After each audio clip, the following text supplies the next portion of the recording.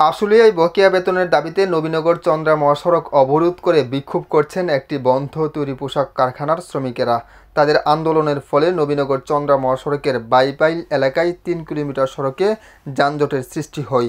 Police জানায় সোমবার সকালে সড়ক অবরোধ করে এই বিক্ষোভ শুরু করলে বার্স গ্রুপের শ্রমিকরা জানায় গত ২৮ অক্টোবর থেকে আশুলিয়া বড়িবাজার এলাকায় বার্স গ্রুপ বন্ধ ঘোষণা করেন মালিকপক্ষ। আজ শ্রমিকদের সকল পাওনা দাওনা পরিশোধের কথা থাকলেও মালিকপক্ষ তা করেনি। এরই প্রতিবাদে সড়ক অবরোধ করে বিক্ষোভ করছেন শ্রমিকরা। অন্যদিকে বেলা 11:30টার দিকে জিরাবো এলাকায় মণ্ডল গার্মেন্টসের শ্রমিকরা যৌথ বাহিনীর বেশ কয়েকটি গাড়িতে ভাঙচুর করে। আইনশৃঙ্খলা রক্ষাকারী বাহিনী তাদের সরাতে রাবার বুলেট ছুড়লে ২০ জনের মতো শ্রমিক আহত হয়। তাদের মধ্যে ৪ জনকে জিরাবো পিএমকে হাসপাতালে নিয়ে গেলে ২ জন গুলিবিদ্ধ অবস্থা এবং বাকি ২ জনকে জরুরি বিভাগে নেওয়া হয় বলে জানিয়েছেন পিএমকে হাসপাতালের ম্যানেজার অ্যাডমিন নাজিমুদ্দিন।